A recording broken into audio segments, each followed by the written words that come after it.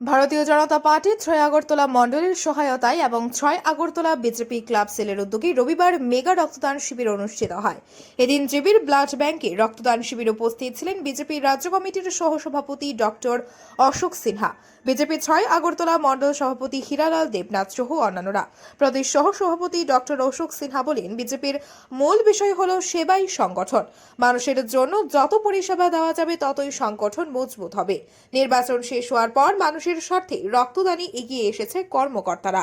নির্বাচনের জন্য শিবির করা যায়নি, তাই কিছু সংকট দেখা দিয়েছিল। নির্বাচন পর্ব শেষ হতেই সিদ্ধান্তক্রমে প্রতিটি মণ্ডলে রক্তদান শিবির করা হবে বলে জানান তিনি।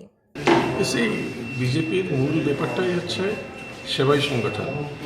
যত সার্ভিস দেব সংগঠন তত ভালো থাকবে। নির্বাচন শেষ, এই মুহূর্তে হাতে অন্য কোনো কাজ নেই, সার্ভিস।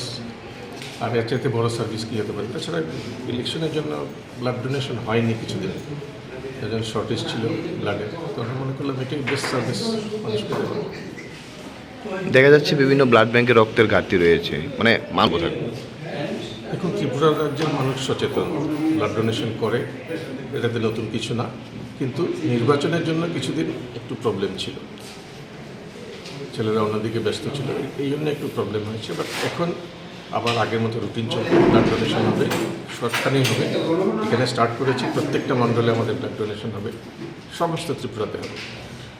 এবং ব্লাডের ঘাটতি থাকবে না, রক্তের ঘাটতি থাকবে না। কতজন যাবে আজকের এই রক্তদান শিবিরে?